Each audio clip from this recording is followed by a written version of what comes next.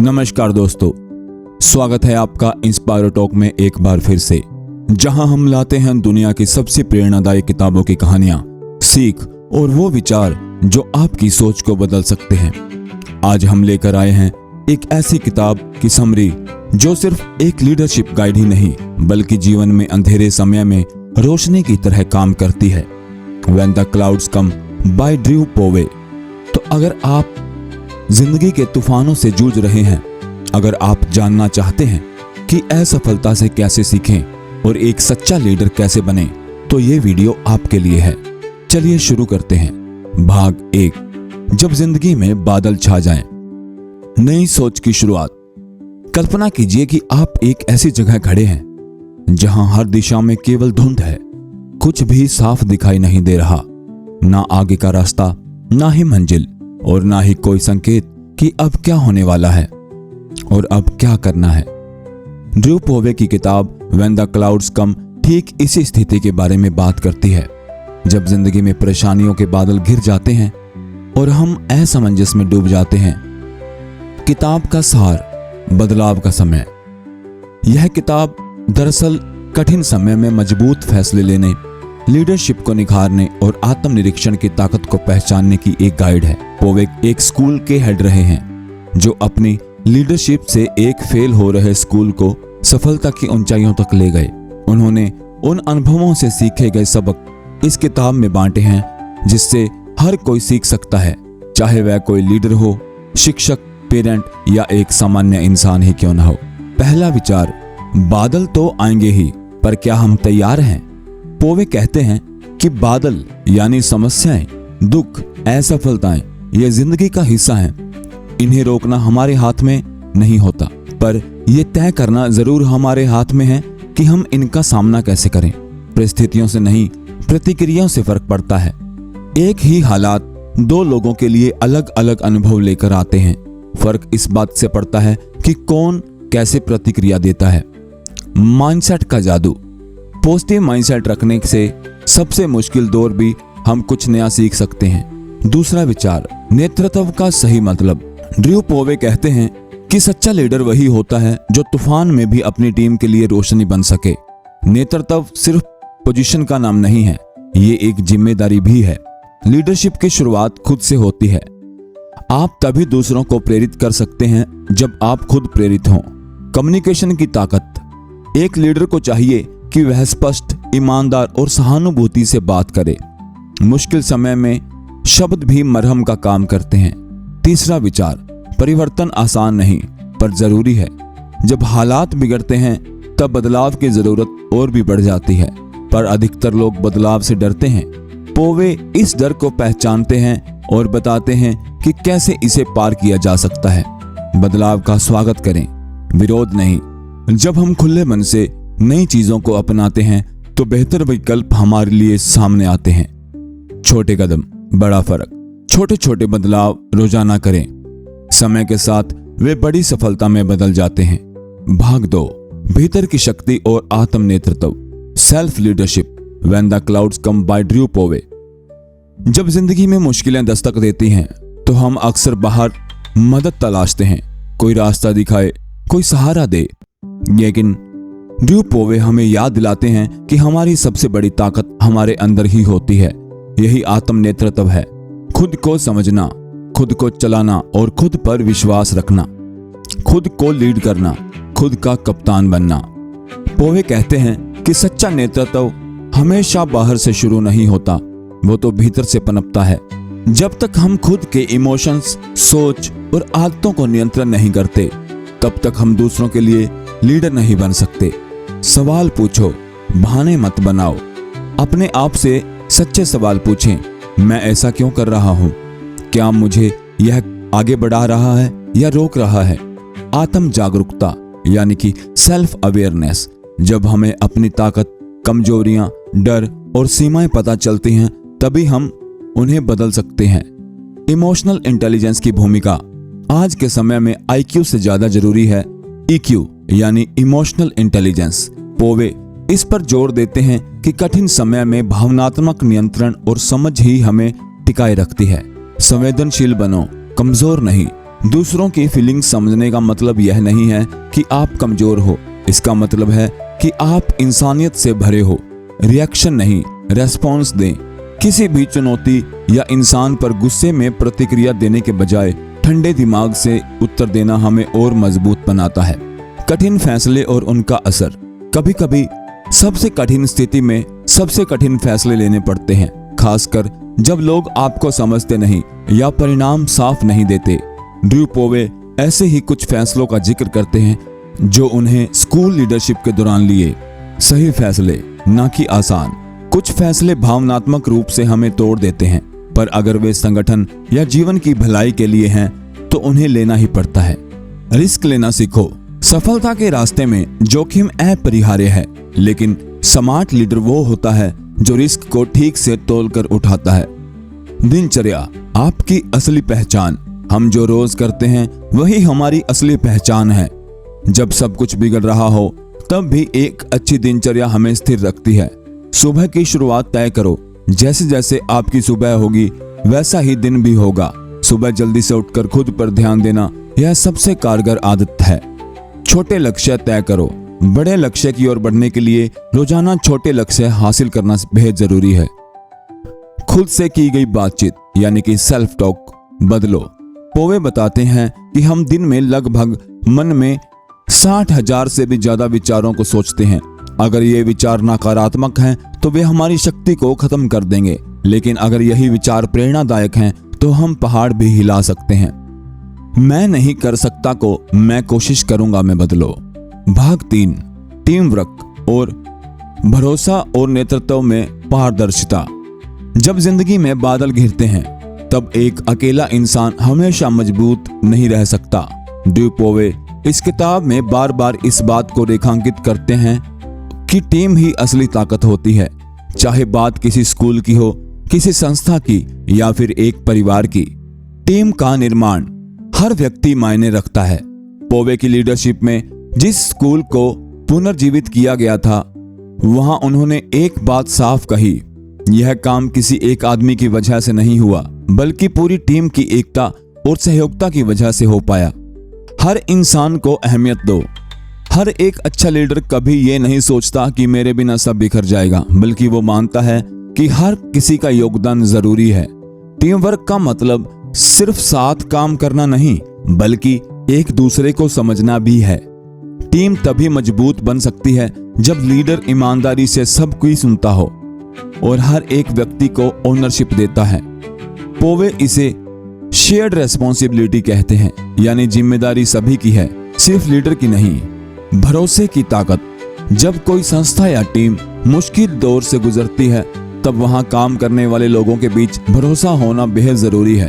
पोवे अपने स्कूल के उदाहरण से बताते हैं कि कैसे उन्होंने अपने स्टाफ और बच्चों के साथ गहरा विश्वास बनाया। Trust formula is equal to ईमानदारी प्लस स्थिरता प्लस समझ। यदि कोई लीडर हर बार फैसले बदलता है, पारदर्शिता नहीं रखता या बस अपनी सोच थोपता है तो विश्वास टूट जाता है। लीडर को चाहिए कि वह कहे, मुझे नहीं पता इसका हल क्या है, पर हम मिलकर निकालेंगे। यह एक शक्तिशाली वाक्य है जो टीम में खुलापन लाता है। पारदर्शिता।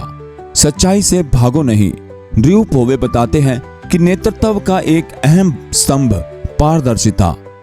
जब आप अपने लोगों से सच्चाई छिपाते हैं तब समस्याएं बढ़ जाती हैं, लेकिन जब आप ईमानदारी से चुनौतियों को साझा करते हैं तो लोग आपका साथ देते हैं।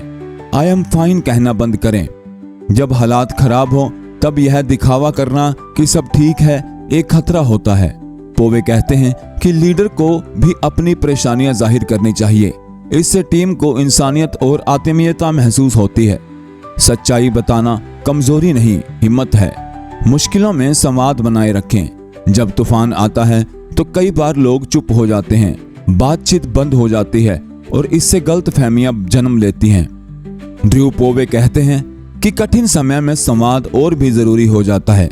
टीम मीटिंग्स, फीडबैक सेशन और 1-to-1 बातचीत को जारी रखें। सवाल पूछने से घबराएं नहीं, यह कमजोरी नहीं, विकास की निशानी है। टीम को अपना विजन दें। पोवे बताते हैं कि अगर टीम को ये नहीं पता कि वो किस दिशा में जा रही है तो उनका काम बस एक औपचारिकता बन जाता है। एक अच्छे लीडर की जिम्मेदारी होती है कि वह अपनी टीम को एक सपना, एक विजन दे जो मुश्किलों के समय उन्हें खींचकर आगे ले जाए। विजन सिर्फ लक्ष्य नहीं होता, वो ऊर्जा देता है। जब सबको लगता है कि हम सब मिलकर कुछ बड़ा कर सकते हैं तो वे आम से खास बन जाते हैं। इसी भाग की मुख्य सीख, जब बादल छा जाते हैं तो अकेला इंसान बहादुरी नहीं, बेवकूफी होती है। टीम ही वो नाव है जो आपको तूफान से पार ले जा सकती है, पर टीम तभी काम करेगी जब वहां भरोसा, पारदर्शिता और संवाद होगा। एक सच्चा लीडर वही होता है जो हर सदस्य को महत्व दे, उनसे जुड़े और उन्हें एक विजन दे। भाग 4, असफलताओं से सबक और स्थिरता की शक्ति। जब जिंदगी उम्मीदों के ठीक उलट चलने लगती है तो हमारे मन में एक ही सवाल उठता है, क्यों? ड्रू पोवे हमें सिखाते हैं कि ऐसे समय में यह पूछना कि क्यों मेरे साथ की जगह अगर आप ये पूछें कि इससे मैं क्या सीख सकता हूं, तो वही सोच हमें ताकत देती है। इस भाग में हम जानेंगे असफलता का असली मतलब क्या है, कैसे हम उसमें छुपे सबक को पकड़ सकते हैं और किस तरह से स्थिरता हमें दोबारा खड़ा करती है। असफलता सबसे बड़ा शिक्षक। पोवे के शब्दों में असफलता सफलता की विरोधी नहीं बल्कि उसका हिस्सा है। हर सफल व्यक्ति ने अपने रास्ते में ठोकरें खाई, गलतियां की, पर उन्होंने उनसे सीखा। गलती करना गुनाह नहीं है, सीख न लेना है। पोवे कहते हैं कि जब उन्होंने स्कूल की लीडरशिप ली तब उन्होंने कई निर्णय लिए जो पूरी तरह सही नहीं थे, लेकिन वही अनुभव आगे उनकी जीवन में सबसे बड़ी पूंजी बना। एक स्कूल में शिक्षक के रूप में या जीवन में एक इंसान के रूप में हम सबसे बड़ी गलती तब करते हैं जब हम असफलता से डरकर कुछ करना ही छोड़ देते हैं। रिफ्लेक्ट, डोंट रिग्रेट, पछताओ नहीं, सोचो। ड्रू पोवे एक दिलचस्प अभ्यास सुझाते हैं। जब कोई चीज गलत हो जाए तो पछतावे में डूबने की बजाय सोचो, समझो और सीखो। इसे वे रिफ्लेक्टिव थिंकिंग कहते हैं। हर बड़ी असफलता के बाद 3 सवाल पूछो, क्या हुआ, क्यों हुआ, अब मैं आगे क्या कर सकता हूं। इस प्रक्रिया से हम गलती को एक मौका बना देते हैं, न कि शर्मिंदगी। लचीलापन, अंदर की वो शक्ति जो हमें गिरकर उठाना सिखाती है। स्थिरता, वो गुण है जो इंसान को बार बार गिरने के बाद भी उठने की हिम्मत देता है। पोवे इस पर बहुत जोर देते हैं। वे मानते हैं कि लीडर तभी लीडर बनता है जब वह बुरे समय में भी आशा रखता है। रेजिलियंस यानी कि स्थिरता एक मांसपेशी की तरह होती है। इसे अभ्यास से मजबूत किया जा सकता है। मुश्किल समय में हम 3 चीजों पर ध्यान दें, अपनी सोच, अपनी आदतें और अपनी संगति। अगर ये तीनों पॉजिटिव हों तो हम किसी भी तूफान को पार कर सकते हैं। स्टेबिलिटी बनाम स्टैग्नेशन। पोवे एक अहम बात बताते हैं, स्थिरता का मतलब ठहराव नहीं। यह गलतफहमी बहुत आम है। कई लोग सोचते हैं कि स्थिरता का मतलब है चीजें जस की तस बनी रहें, लेकिन यह सच नहीं। असली स्थिरता तब नहीं होती जब हालात चाहे जैसे भी हो, अपने मूल्यों और विजन पर अडिग रहें। तूफान में स्थिरता का मतलब है दबाव में भी मूल्य न खोना। समर्थन लेना सीखो, यह कमजोरी नहीं। हम भारतीय समाज में अक्सर यह मानते हैं कि जो इंसान मजबूत है वो किसी से मदद नहीं मांगता, लेकिन ड्रू पोवे इसे तोड़ते हैं। सपोर्ट सिस्टम रखना कमजोरी नहीं बल्कि समझदारी है। जब आप असफल हो जाएं, तब ऐसे लोगों से बातचीत करें जो आपको जज नहीं करेंगे बल्कि आपकी सुनेंगे। टीम में एक दूसरे का सहारा बनना भी रेजिलियंस यानी स्थिरता का हिस्सा है। इस भाग की सीख, असफलता एक गड्ढा नहीं, एक मोड़ होती है जो आगे की राह दिखाता है। उसे अपनाइए, सीखिए और दोबारा उठ खड़े होइए। स्थिरता किसी बाहरी समर्थन से नहीं आती बल्कि आपकी सोच, आत्ममूल्य और हौसले से आती है। और जब आप गिरें तो याद रखें, अकेले मत उठो, किसी का हाथ थामना सीखो। भाग 5, नेतृत्व की ऊंचाइयां और भविष्य की दिशा। हर तूफान एक सबक लेकर आता है। यह बात ड्रू पोवे की किताब में गहराई से उभर कर सामने आती है। लेकिन अब सवाल उठता है, जब बादल छंट जाएं तो आगे क्या? इस अंतिम भाग में हम जानेंगे कि जब मुश्किलें बीत जाएं तो एक लीडर को अपने और अपनी टीम के लिए किस दिशा में बढ़ना चाहिए। नेतृत्व का असली मूल्य तब दिखता है जब आप न केवल संकट से पार निकलते हैं बल्कि वहां से कुछ नया और बेहतर बनकर आगे बढ़ते हैं। उद्देश्य की शक्ति। पोवे मानते हैं कि किसी भी टीम या इंसान की सबसे बड़ी ताकत उसका उद्देश्य होता है। जब लोगों को यह पता हो कि वे क्यों काम कर रहे हैं, तब वे सिर्फ नौकरी ही नहीं कर रहे, वे एक मिशन पर होते हैं।